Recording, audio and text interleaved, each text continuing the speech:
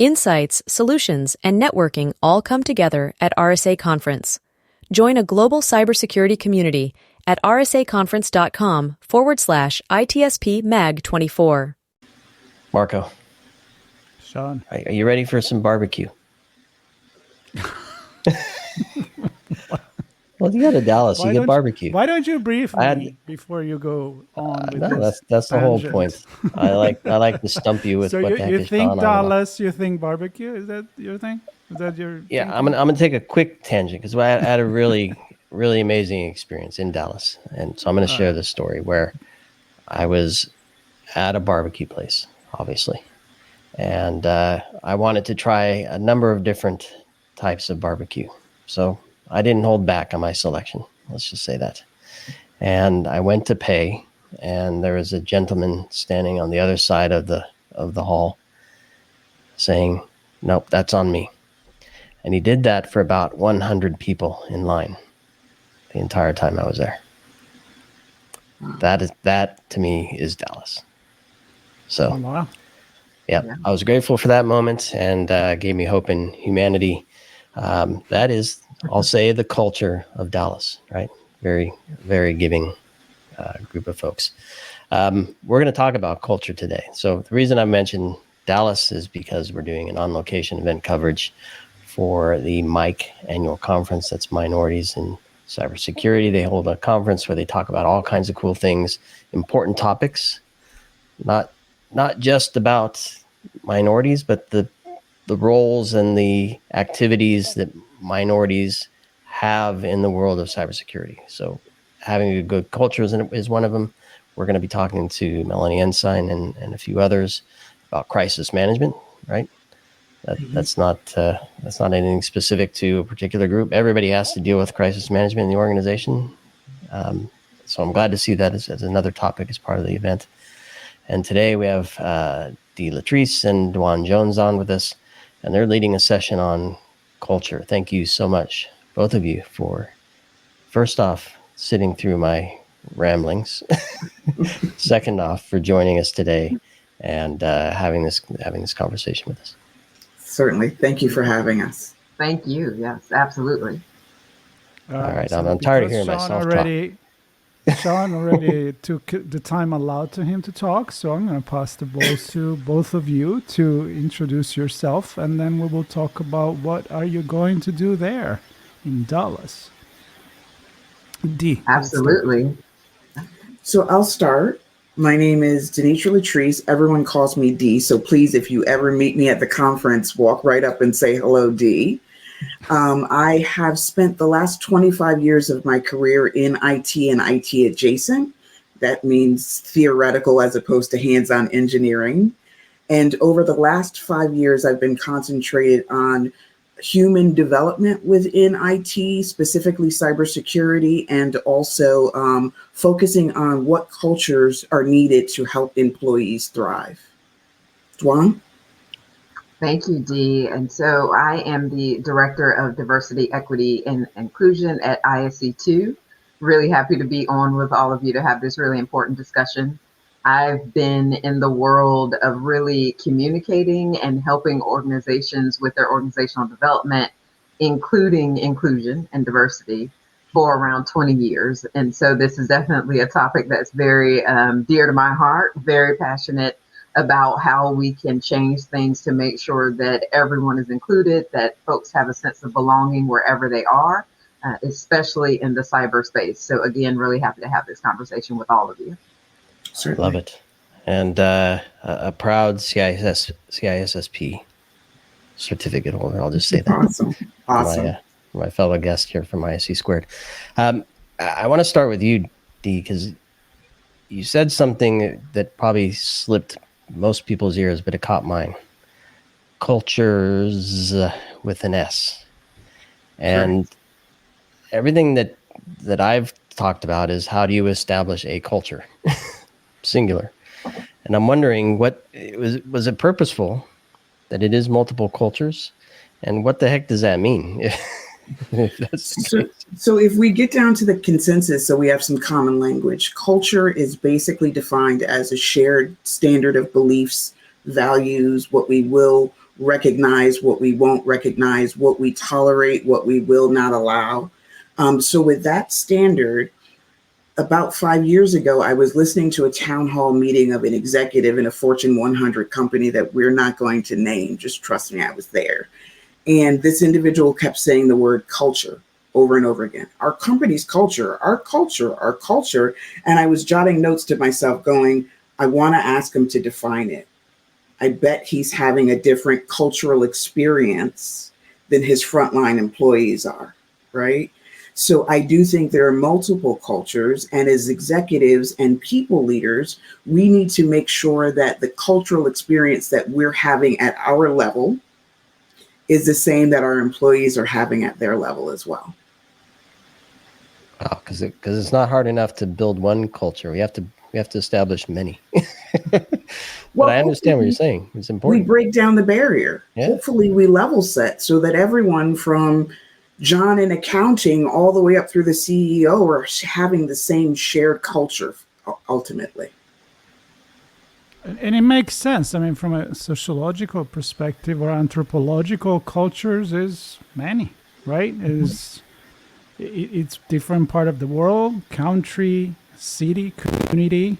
And it makes sense to me that it applies also to the environment where you work. So it's kind of like pretentious to say there's one culture and we're all part of that, right? So absolutely. Yeah, Dwan, your point on that. I completely agree. And you're going to have multiple cultures within cultures, right? You're going to have a different culture on your HR team versus what's going to be on your cyber team. You're going to have one culture for, say, a larger team within an organization, and then there's smaller teams under that might have a slightly different culture. But akin to what Dee said, it's all making sure that it aligns, right? So does it align with what the vision that your executives or your leaders have for any particular group? And does that align with the mission, the vision that you're trying to reach? And so that's really where what we're talking about today comes into play. Does it align? And is it getting you where you want to go? And where do we want to go? I guess I guess I'll just leave it there. Where do we want to go?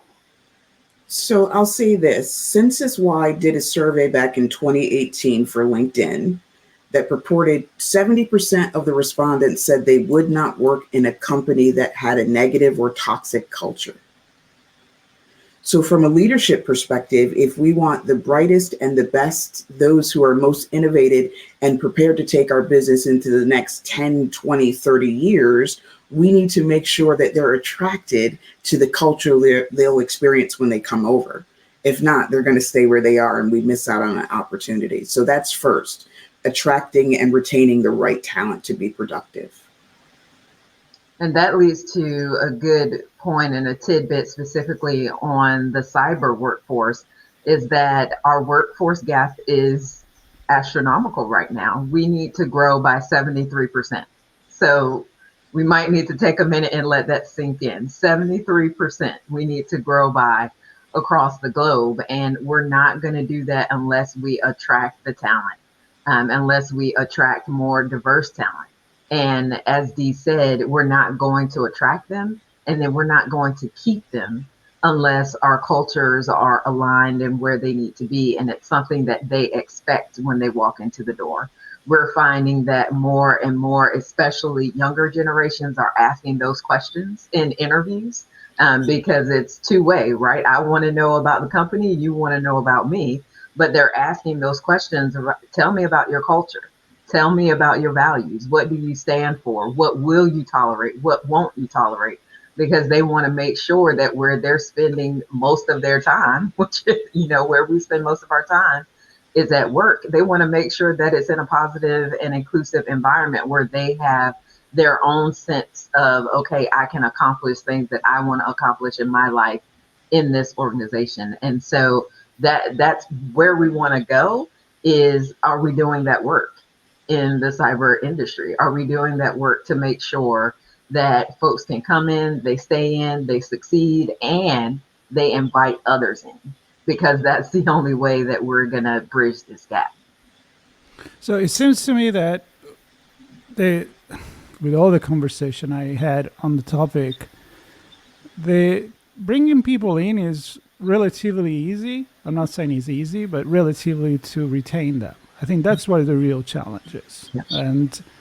And there is one thing that we know is that cultures do not change fast. It takes time, and it takes action, and it takes, I don't know, understanding, and I can go on and on and on. So I love that in the title of your session, you have the word change. So let's go there. What can be done, Dee, on your opinion? Or what hasn't been done? So I think what hasn't been done is a lot of conscious thought about cultivating a culture. I like to think of it as the water we swim in the fishbowl, right? And we all arrive and we just assume whatever is there is kind of what's there. But have we stopped to sit down and look at what's really in the water? What's making it more difficult for people to be productive? And we canned this term a couple of years ago and bring your whole self to work. And I think it was apropos at the moment that it came about, which was COVID, and we were all home and the dogs going across the camera and the kids are in the background crying, right? But the reality of what we should have said to ourselves is bring the best of yourself to work, right? Can that be a shared culture? So what we're asking executives to do is to sit down and do focus groups, analyze the experience that your employees are actually having as opposed to what you intend for them to have. Write out exactly measurable goals that can help you attain. And we're actually right now through Mike Talent offering a product called Healthy Working Environments, where we come in and help you do this work, boots on the ground with you. And so that we're very deliberate and we're very focused, and we can measure over time incremental growth, because as you mentioned, Marco, this isn't something that's going to happen from a memo that we send out on Thursday morning and now we're in nirvana on Monday. I wish. Don't we all? I wish that as well. We could walk in on Monday morning and be in a different place. But I think the key there too is also, is it changing, right? So I have found that, employees and staff, if they see things are happening, if they see that you are changing, they also will stay. Now, if it's the same and it's been the same and we don't see things changing, you talk about that you want to do this, but we don't really see a difference, that's when they start to leave or they quiet quit or those types of situations. So you have to definitely start, like Dee said, you're not going to get where you're going unless you know where you are. So you have to start doing that work, having assessments, having focus groups, but then also making sure that you're paying specific attention to where you're getting that feedback from. Are you holding focus groups with the people, the 20% of the people who are doing 80% of the work? Are you really reaching out to those people who you need to know their opinions? You need to hear from the people that you don't hear from on a daily basis, because believe us, they have a lot to say, and they have a lot to say that you're going to want to know if you want to do this work correctly. So it can't be a room full of executive leaders. It can't be a room full of folks from the same background. It has to be diverse. It has to be across the organization, up and down the organization, to make sure that you're getting that good feedback and creating a safe environment for them to speak up, so that they don't feel like, okay, I can only say, I can't really say what I really want to say. I can only say what's going to be acceptable. Make sure that you're making the environment safe for them to really speak up, because again, you're not going to make the change that we need to see unless you're having that honesty and transparency. That is a huge part of it. I like to say, is the culture one where we manage you down to your last mistake, or we lead you up to your highest potential? Mm-hmm. I'm glad you said that, because go on this journey with me for a moment. So I had a guest on, I don't know what, yesterday, maybe the day before, where off recording we were talking about diving, and she mentioned that there are some really great places to go diving and others that are not as great anymore. And basically what she described is all the places that used to be great have been destroyed by people abusing the environment, right? And so the fish suffer, the reefs suffer, they're no longer great. So now we're off to the next place to do it again. So I bring this up because I feel that that's the culture. People move around, some good, some bad. The people that help define it, the people that are the ones that get to live with it. And are there ways that people can spot where the culture is coming from and follow it around and not go diving in the bad place, but go swimming and enjoying the waters where it's lovely?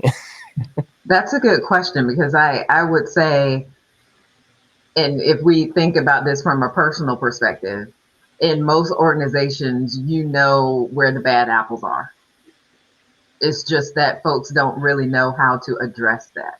Or folks don't, they're great at their work, but man, our team culture or our team environment is not the best. And so you can probably pinpoint where some of those problem areas are, but there are all sorts of tools out there that can tell you that. You can do engagement surveys. You can do, like Dee said, focus groups. These aren't things that we're saying, okay, just do it one time and then you're done. No, you have to continue to do this. You have to continue to get feedback. And that's where you drill down and really find out, okay, this is what's happening. But then also going back to the point around making sure that you have the right people in the room, because they're going to tell you, they're in that safe environment. They will tell you, here's where we're seeing issues. Here is, some of the systemic things that are causing our culture or our environment not to be the best. And so I think there are several ways that you can maneuver it to pinpoint where it's coming from. Again, I think it's just that, okay, we know where it's coming from, but what do we do about it? Certainly. And I do think there's some tells, right? Like if I was in Vegas, I would say you're playing cards. I see your tell. How are you recognizing success in the organization? Are we celebrating that openly? When people leave, and this is something that people often don't think about in organizations, when people leave the company, do we celebrate the time we had together, or is that tucked away? And you were looking for Beth in HR and she's just not here anymore, and no one can speak of Beth like she's Bruno from a Disney movie, right? The other indicator is, I'd say, bring in an objective resource. As I mentioned, My Talent offers this service. Have a sit in your town hall meeting, because there are 5 generations now in the workforce who show reactions very differently. When the leader is speaking, you can read on body language the truth of the experience of your employees in real time. Is everyone rigid, like they're afraid to be called into the principal's office? That's a tell. We probably need to do some digging there. So there are some softer indicators as well. And then, as Dwan said, things like turnover rates. Are you hemorrhaging people out the door? That's probably an indicator you should pay attention to, right? So, absolutely. Before we give you space to tease the session, and I think Sean will do that, I thought about one thing that in branding we say, I think it was a quote from Jeff Bezos, but it said, the brand is not what you think it is, but is what your customer think it is, or what they employees talk about when you're not in the room, something in between that. And I feel like culture is the same thing. You may think you have the best culture in the world, but if stuff happening and is not what you expect to happen, maybe you need to adjust and tune. And I don't know, is this one of the things that you believe the leaders are not doing right now? They're not listening enough? I have a take on that from my own personal experience, no research, just my professional litmus test of life. I think most major, let's say Fortune 500 companies that are 100 years or older are still being led with a very military-esque, hierarchical structure Mm-hmm. Okay. where the leader dictates, we all get on the bus, we go. And your job isn't to point out that the bus has only half tank of gas and the tire's flat. Your job is just to go, right? If we're looking at the next 100 years, if those companies want to survive, they're going to have to start to take some input from those that are on the bus themselves, or I fear they won't be able to sustain and continue. That's my thought. Dwan, what do you think? We don't build autonomous cars without sensors. Exactly. Yes, that's Hope it. for the best. That's it. Dwan, And that's that, those traditional operational styles or traditional leadership styles are still prevalent in, any industry. And so you still have that mentality where, leadership is up here, they're in the top of the tower, and those who are doing the work they don't necessarily touch each other, or they're not in tune with each other. And so I think that's where some of that comes from, is that what they have in their mind, or what they've set out to, okay, this is what we want it to be, now go do, but they're not connected to what's actually happening. And we know in the U.S. culture, especially work culture, everyone is doing 2 and 3 different jobs. And so it takes commitment and it takes work to, okay, let's stop and let's listen. Let's not put more work on, and let's listen to what's happening to make sure that we can continue to survive, as Dee said, into the next 50, 100 years. And so you have to be cognizant of that. You have to be passionate about it, and you have to be intentional that, okay, I do need to come out of that tower, and I do need to listen and figure out where we are, so that we can keep progressing, keep moving forward, keep being a successful organization. Yep. I like the word purpose, and it can be overloaded for many ways to apply here. Mm-hmm. And one of the purposes of this conversation is to, one, raise awareness for this topic, and two, to raise awareness for the session that you're leading at the Mike Annual Conference. It's March 24th through the 28th in Dallas, Texas. And you, along with Corey Kirkendall, who couldn't join us for this conversation. Thanks for attempting to, though. Anyway, Corey, hopefully you enjoyed the session in Dallas. Your session is titled "What Executive Leaders Can Do to Change Their Company's Culture," with a question mark. And so, give us a snippet what you plan to share and discuss that day. Don't give away any secrets, but give us a sneak peek. I will say this, as the host and moderator of the panel, I'm going to be probing for what are actionable items that executives can leave this with, that they can put into place immediately based on Dwan and Corey's experience, and how can Mike support them as they further that ongoing journey of shifting and cultivating culture. And I'll add to that I'm going to be bringing some really specific and intentional key points from our 2023 workforce study around why culture and diversity, equity, and inclusion programs will lead to better cyber teams and cyber organizations, and will increase your risk posture. So making sure that, do you have these things in place? Because your culture is actually going to lead to better teams, more productivity, and safer digital environments. So not going to give away secrets, like you said, Sean, but going to bring some really great data that we've collected across the globe. Well, I'm going to add that, Dee, we need to speak about Bruno. We do. Yes. Here we talk about Bruno, Marco. Here we talk about Bruno. I'm all about that. So thank you for the Disney reference. Nice one.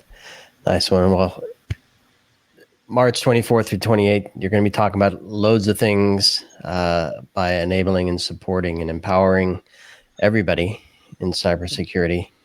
And a shout out to Mary for organizing that event. I know there's a lot of people supporting her in that effort.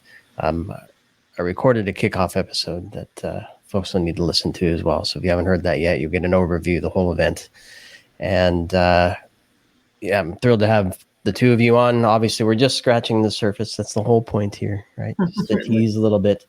But you're both very welcome for a deeper dive whenever you want. So just let us know.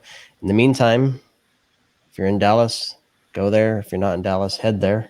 Yeah. Enjoy the conference. Maybe get some barbecue. For me, the cultural moment from that trip was I learned, and when possible, not 100 people, mind you, but when possible, I do a similar thing. And Awesome. It's led by example. I followed and kept that culture deep in here. So, Marco, anything else? That's it. Good.